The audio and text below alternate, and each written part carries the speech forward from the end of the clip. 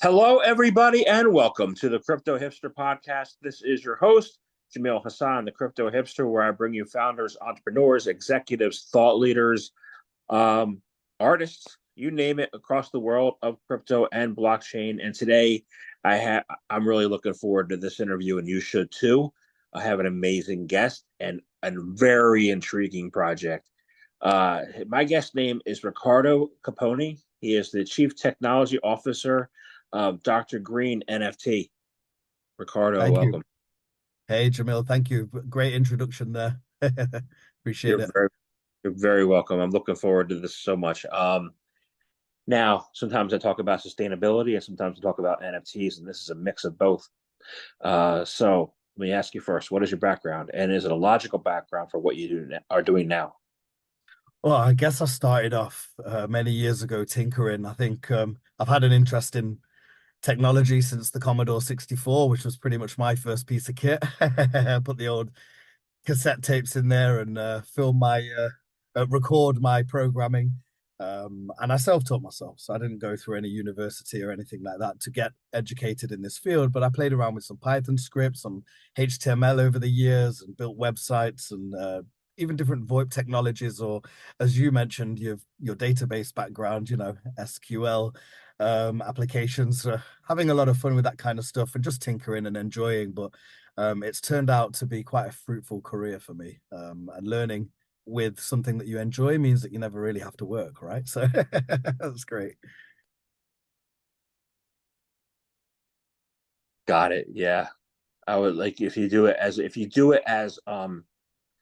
my late great uncle told me, if you do what you love, it's a vocation, and if you do what you hate, it's drudgery. Yeah, So that makes sense. And as much as I'm a glutton for punishment, because I'm sure you'll understand from the database background that it can have its challenges, it can have its moments. I absolutely thrive off what I do, and I've been given a great opportunity with this cannabis company to make real change in the world through some of the technology and the applications that they've allowed me to develop. Um, they've given me a huge budget for my firm, for my department, should I say, and we have utilized some pretty interesting things that I will tell you about as we get into it. Yeah, some technology that's pretty mind blowing. let's talk about it. Let's talk about Dr. Green NFT. Um, what's that all Yeah. about? What makes your company a trailblazer? Well, look, we're coming from the medical cannabis background, so we focused heavily on biotech. And to give you an idea for a few key pieces of technology that we've been utilizing, and it will give the answers to where we're going and what makes us a trailblazer, I guess. The technology that we focused on for the last couple of years has been human DNA analysis and genomic sequencing. So we cross information about a particular human's ailments. So if a guy's got epilepsy, for example, 120 seizures a day, he's struggling, we'll take a swab of his mouth, we'll analyze the DNA, and then we will cross-reference his particular problems with our genomics library. And we'll be able to see from our digital library of strains of cannabis what different parts of which of the plants would best suit this particular person. And everybody's different, Jamil, right? You might have a deficiency of 2% CBG in your brain, and I might have a deficiency of 18, and perhaps I will develop Parkinson's and not be able to regulate my central nervous system, and you might have not many problems at all. So everybody's different, and what this DNA analysis allows us to do is pinpoint exactly the treatment with the cannabinoids and with the different components of the cannabis plant that would really help solve this person's problem. So we focused on that unique kind of technology. And then what we do is we grow a plant specifically for the person. So if the readings from that and the algorithm spits out that, I've analyzed you, Jamil, and you have this particular problem, and we need a plant A, plant B, and plant C, for example, in order to treat you. Um, we would crossbreed those strains and then end up with just one plant and provide you with that plant medicine. So it's very tailored, very bespoke cannabis treatments for the individuals, and it allowed us to have great success over the last few years in our technology sector. But to kind of touch on the Dr. Green side of it and where we're going with the future tech, we wanted to break into the recreational market because medical cannabis for us is we're heading towards a ceiling. There are only so many government bodies around the world or medical industries that you can provide your plants for, right? And we pretty much got all of those major contracts in the bag. So no new customers for us, unless of course there's a pandemic of cancer patients rising or whatever, which is not a good way to base your business on hoping that more people get sick. We're not a pharmaceutical company in that sense that we want people to be ill. So we wanted to expand our business, but without kind of preying on the downfall of a of a population. So we looked at the recreational market because it makes up 95% of all cannabis transactions around the world. So it is a huge market for us to break into, 200 billion euro market. So we didn't want to just enter the recreational field as any other cannabis company. Let's face it, there are a lot of weed companies out there who grow for recreation who have really nice cannabis. If you're going to enter a market like that, you have to become a leader and you have to enter with something special. So we took our technology and we asked the questions, okay, how can we utilize our current medical tech to increase efficiency or safety in the recreational field?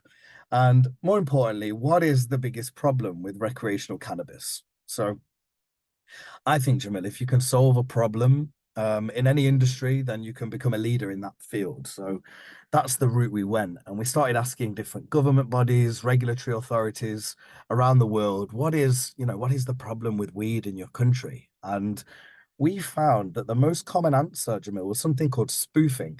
Are you familiar with spoofing? Do you know what that is when it's related to cannabis? Not. I'd like to know.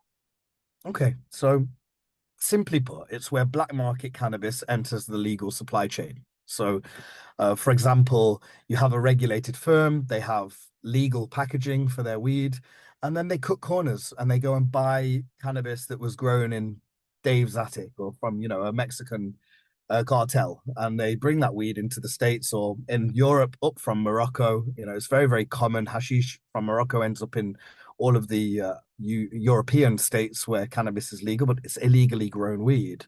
And the problem is with that is when you purchase legal cannabis, you expect it to be regulated. So no nasty pesticides on the plant, good chemicals that have been pumped through it, no weird. So you get kind of steroids for plants to make them grow big buds and crystals, and it's not natural. You want to make sure all of that's not in it.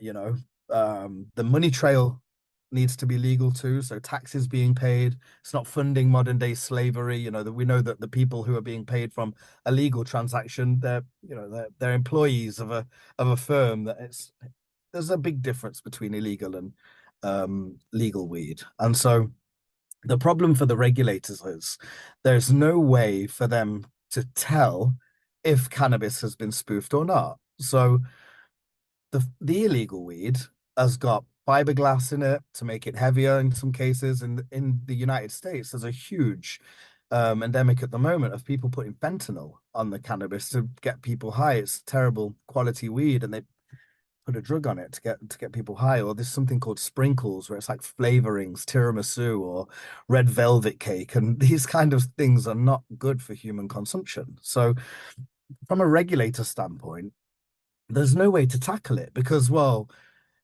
once it's in the bag, it's just a plant in a bag, Jamil. So how do you know where that plant came from? It's like basically impossible to trace. So just going back to our genomic sequencing machine for a moment, we decided to look a little bit more in depth at the individual seeds that we'd been sequencing. And we noticed that every single one of them, even if they're from the same mother plant, has a very slightly different genetic code, which I guess is common sense, right? We see it in humans all the time. A mother and a father can have two boys, even twin boys, and they might look identical, but their DNA is going to be different. We can separate them. Same thing with the seeds. You might have an amnesia haze or something, and you take the seeds from the mother, and the sibling seeds are different too. We can see that with our genetic sequencing. And from that, it allows us to fingerprint the weed, create a QR code for that seed, and that QR code will follow the seed throughout its life cycle in our factory. So from the nursery to mothering rooms, flowering rooms, drying, trimming, packaging areas, all the way through to the end customer. They can scan the QR code on the packet and they can see, okay, where did this weed come from? What journey did it take to get to me? Not only that, all of the data stream out of our factory too. So how much water was used to grow the plant? So what chemicals were pumped through it? What humidity was it grown at? Or lights? How long were the lights on for? How many humans had handled that weed? Or what percentage of nitrogen is in the packaging? Literally all of the data stream from our factory goes into this software. And from there, we're able to now provide a full traceability and accountability for the cannabis that enters into the marketplace. And if a regulator wants to check, they can now take that weed out of the bag, send it to the lab, and make sure that it matches the packaging. And that way, we're able to end or potentially end spoofing if we can make this a regulatory framework. So that's kind of where we're going and what we're trying to do with the Trailblazer stuff. And spoofing, I like it. I like it. I want to go back to something you said. There are opportunities, I believe, for further advancement of medicine. Um, you said that I might be healthily okay. I'm not. I've been doing podcasting now for 3.25 years. The whole time I've had cancer. I do it as I do it as a way to get over the cancer. Now, my cancer is not metastatic, but my DNA changed. So and that happens. That's a random thing that happened. So with your recreational weed, when you're creating these NFTs, these Dr. Green NFTs, how do you do it? And do you use like randomizers to create unique solutions based on people's needs? And if they're not medicinal needs, say they want to do a recreation, have recreational needs, do you mix and match using your NFT technology to cater to people's specific or desirable needs? Well, no. Well, the the unique selling point of tailor making the medicines was pretty much for our medical side of the company. But with the new Dr. Green stuff, the way the NFT came about was I took this software that we developed and I took it to the regulator in Portugal, Infomed, the government body who regulate all scheduled drugs in Portugal. And I spoke with them about the ideas and the plans for tracing and anti-spoofing. And they shot some holes in my software. So first of all, you're a software engineer, Ricardo. You can alter the data, right? So essentially, the answer to that is yes. I built it, so I can change it, and that means I'm susceptible to corruption. So they can't make it a regulatory framework if it can be corrupted. Um, Beyond that, they were like, what sort of servers are you using? And, just Apache servers from GoDaddy is not what they wanted to hear. They were like, these servers can be hacked, so it's there's a risk there as well of the data being altered. So they sort of sent us back to the drawing board and I sat with the CEO and we discussed on how we can bulletproof this system. And that's when we came up with blockchain technology. We looked at creating a decentralized app on the Ethereum blockchain and utilizing smart contracts to pull all of that data from the factory, directly upload that on chain with the details about the genomics as well of each plant so that the information becomes decentralized. We can't change it, it can't be hacked. And that's when we took it back to the regulator as blockchain technology. And they were like, okay, great, you're onto something here. Portugal has a very close connection with Bitcoin and Ethereum. So they have regulatory frameworks for Bitcoin and Ethereum in their country. And they stated that if I used an ERC 721 token or an ERC 1155 token, they would be happy for me to proceed and pilot this project for the next 3 years.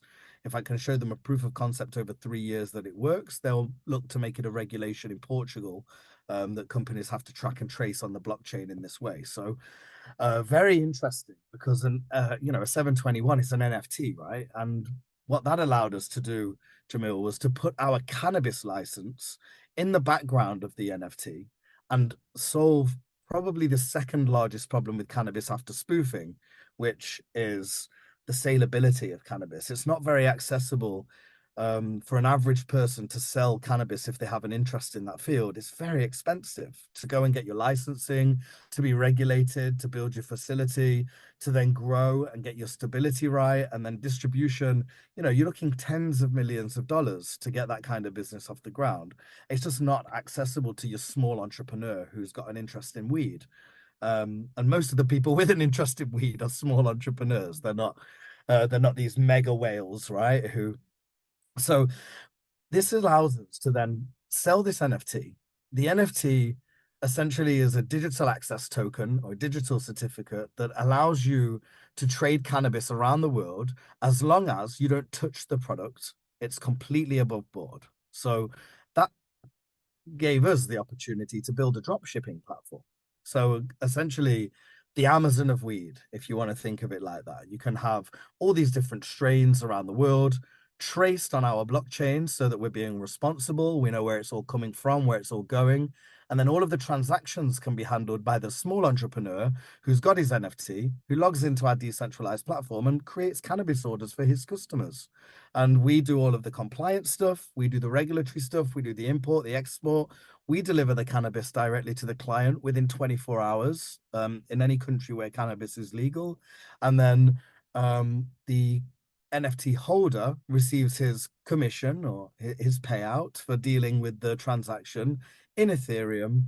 It's a smart contract that just converts the profit to Ethereum and deposits it into the wallet that's holding the NFT. So you can then build your business, build your NFT, build your client base. All the clients stay with the NFT. So if you then wanted to go and prove your track history, your sale history, it's all on the blockchain. You've then got a business that you can go and sell.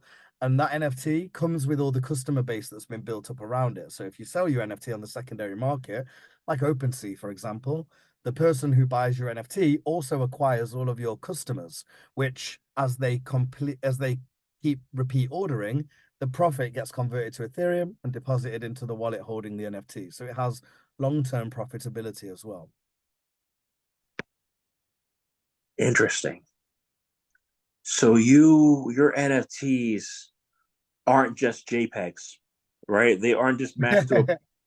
It seems like your NFT have a CRM with them.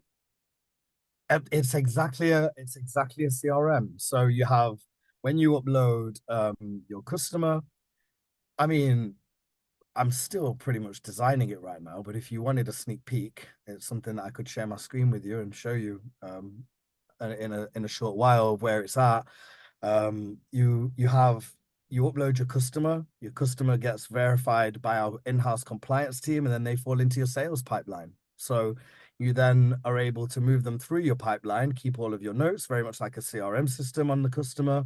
And you see a product catalog based on their geolocation. So wherever your customer is, let's say they're in California, you'll see all the strains that are available to that customer in California. If they're in the Netherlands, you see all the strains available in the Netherlands, and so on and so forth. So when you select your customer from the CRM, it will then show you a strain library of everything that's available to be delivered within 24 hours to that customer.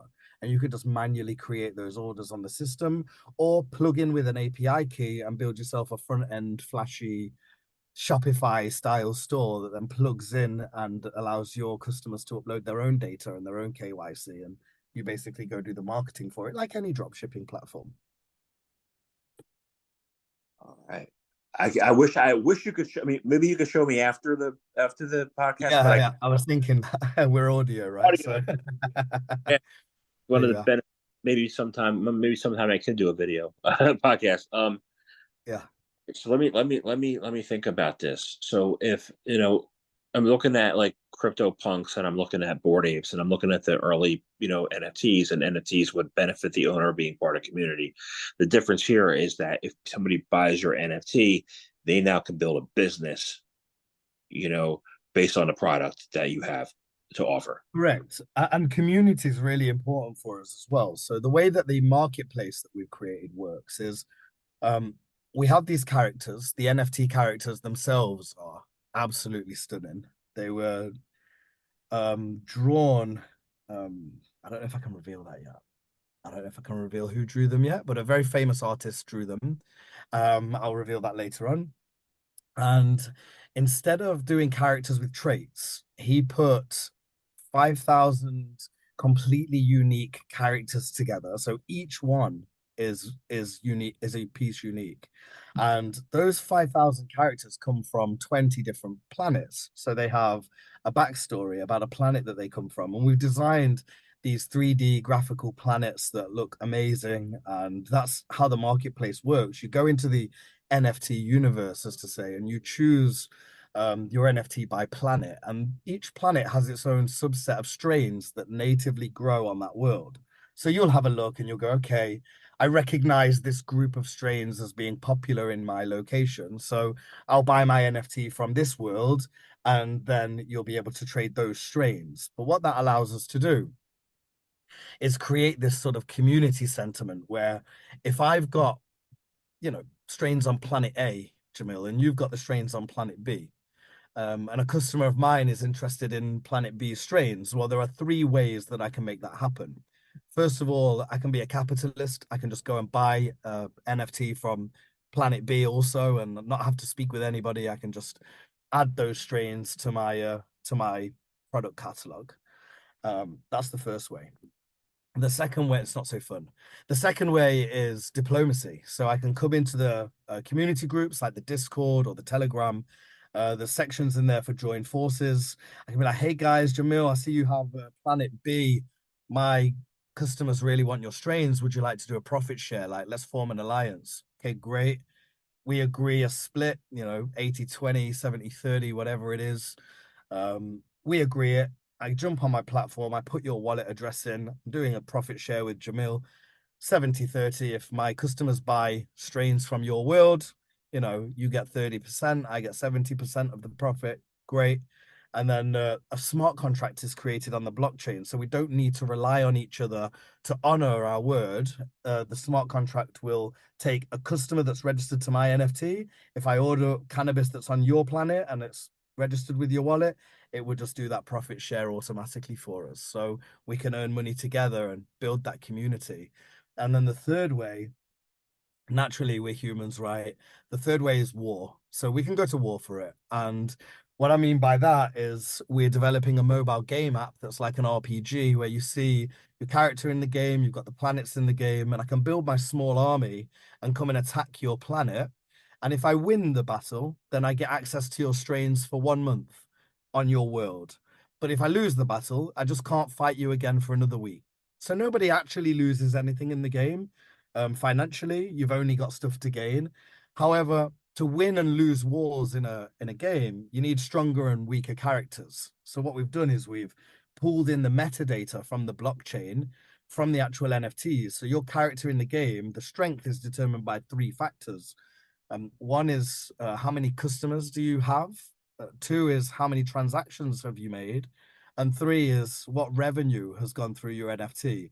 And those three factors will determine if you're a strong character or a weak character, will change your EXP in the game as you build your business. So if you find that you're playing this game and you're getting frustrated because you're losing all the battles, go sell some weed and come back and play again, and you might win access to the other planets. So it's a way of making it fun, keeping people engaged on the platform and things like that as well. So we didn't want to just make it all serious and about money. So we wanted to keep that community spirit, and also education through those communities as well is really important for us. I'm kind of blown away. You're taking the NFTs to the next level, and I want to get into that. I want to talk about something else. So first, you said the two greatest so far. You said two greatest challenges to me about in the cannabis industry are spoofing and sellability. What are the other challenges? Some of the top other challenges you're focused on solving as well. Yeah, so actually, those two challenges are pretty much our primary focus. And I think it's important for any business to not bite off more than they can chew. So when it comes to solving these issues, we have a long way to go to make the regulatory framework so that spoofing can be stopped around the world. And if we're able to do that, we're going to need a huge community of people trading our cannabis to pull in the data. So actually, they're quite complementary to each other for solving each other's problem because A, in order to stop spoofing, most of the cannabis in circulation needs to have been genomic sequenced, right? So that we can prove where it came from. And two, it has to be flooding the market in every area possible. So by launching 5,000 of these NFTs and giving entrepreneurs all around the world who are interested in cannabis trade a platform where they can sell weed on this blockchain, we're we're actually data gathering, right? So we're able to then utilize all of those people who are making all of those transactions around the world, and we can collect that data. And then once we've got 3 years of that data, we can go to the Portuguese regulator, we can show them that we've had a proof of concept and give them the figures, change the regulatory framework in Portugal, which will then, as Portugal is a leader in the European field for cannabis, right? Portugal has the most cannabis companies, 1,500 in total. I mean, completely dwarfs the second in line, which I think is South Africa. After, well, yeah, South Africa's not Europe, but South Africa is after Portugal. I think they have somewhere like 800 cannabis companies. But with regard to the regulatory framework, if we can change that in Portugal, then we have a leeway to go and lobby the European Union to change it in Europe too. And if we are able to then take an entire continent onto this platform and be responsible in that way, well, then maybe we can enact some change on the world. But, we're talking 5, 10 year plans. And if we get sidetracked trying to solve all the other little problems, I mean, the other little problems are so minuscule when it comes to weed. Quantities, available strains, availability of information. I guess education is probably the third biggest factor because it's kind of taboo in lots of places. There's not a lot of education for it.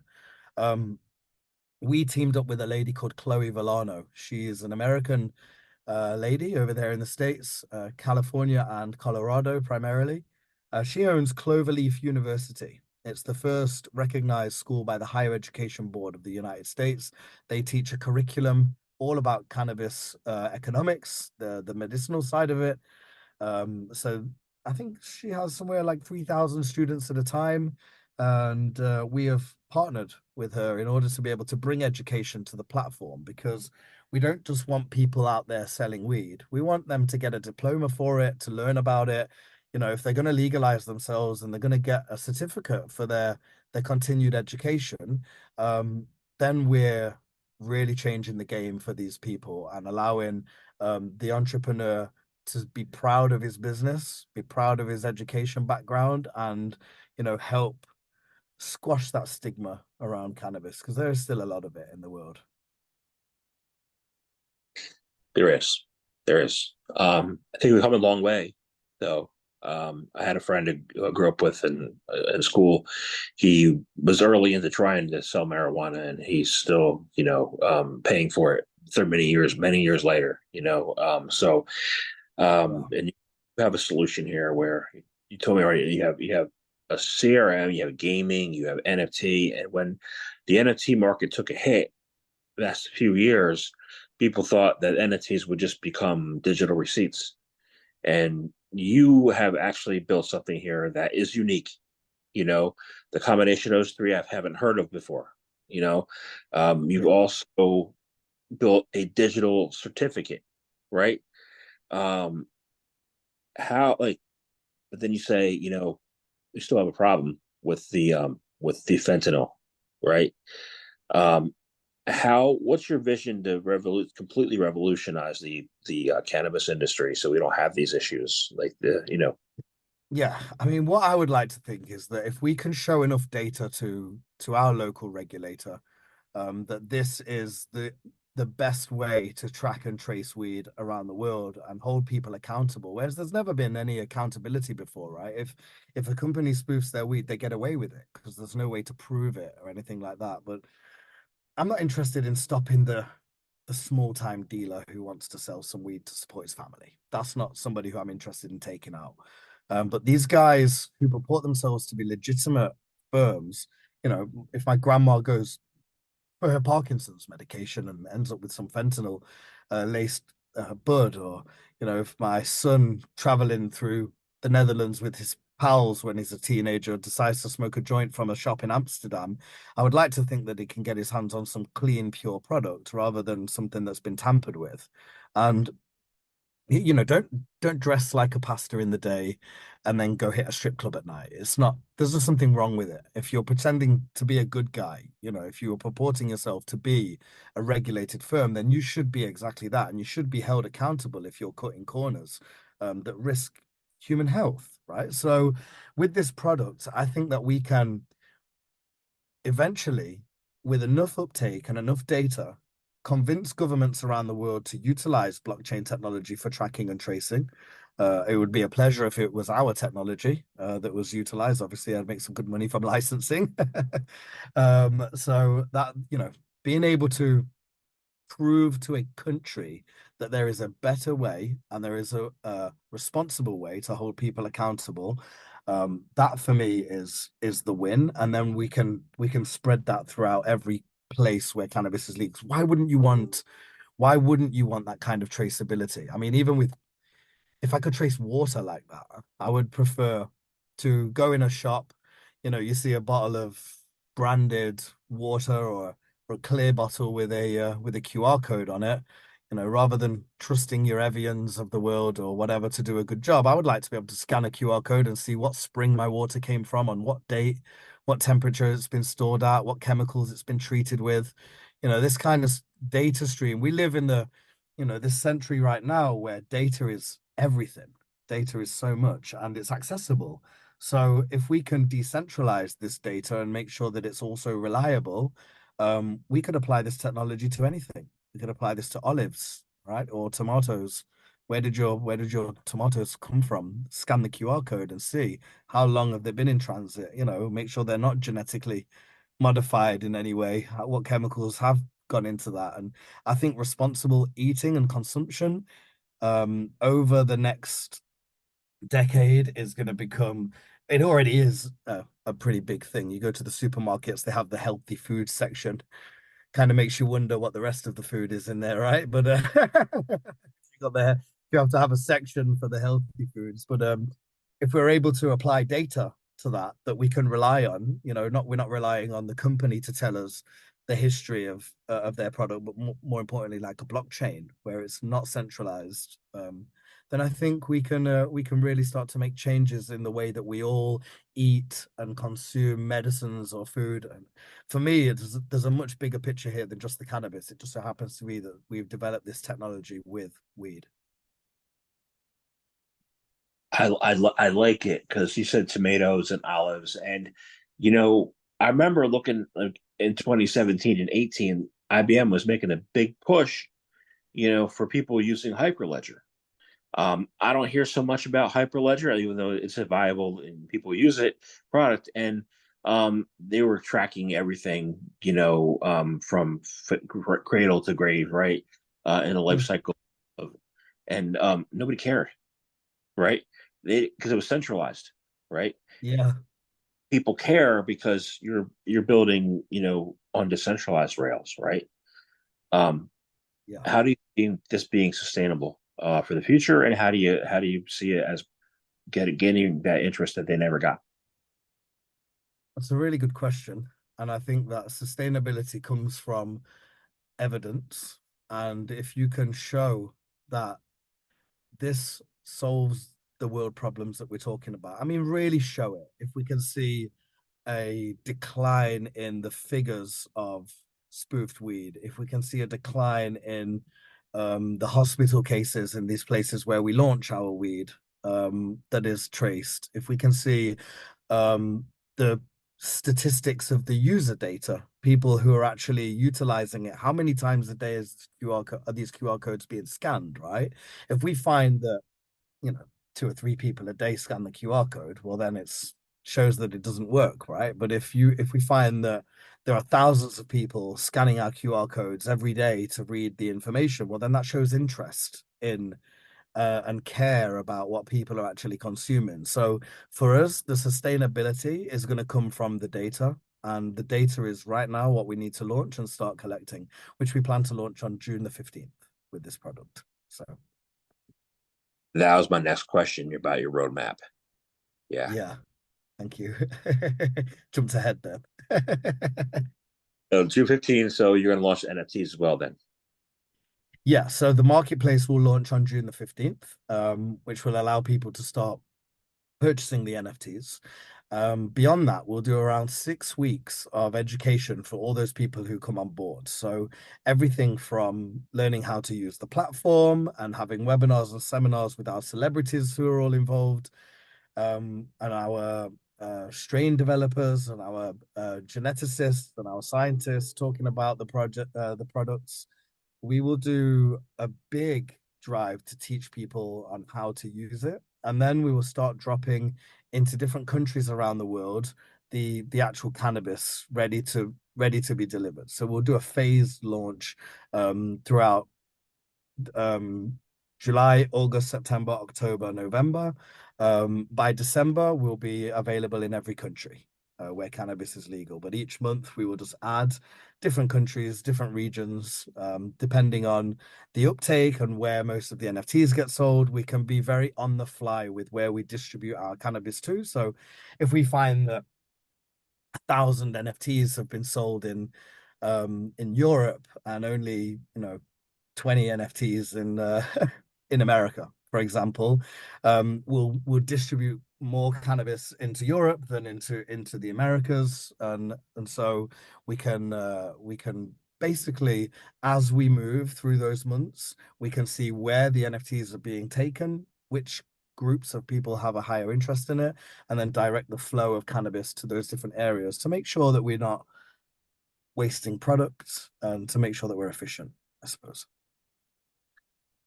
I love what you're doing. It sounds wonderful. So, Thank you.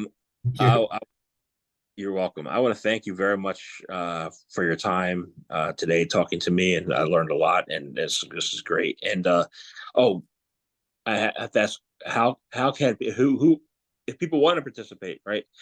How can they buy? Like, where can they go? Where can they find out more information about you? How can they do that? Yeah, great question. So, drgreenNFT.com is our website. People can head over to there, and you'll find all of our social channels there too, our Discord groups, Telegram groups that we're just building. Community development is something I've never done before, so it's quite exciting for me to be going through that stress, I think. And just making sure that we have all the right teams in place to answer any questions has been pretty much my side of it. But the teams are in place. We're ready to begin building those communities. So head on over to the website and just jump in our socials.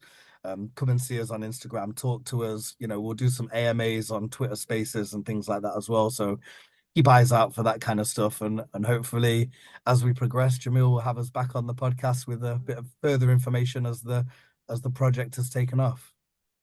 I'm looking forward to that. That'd be great.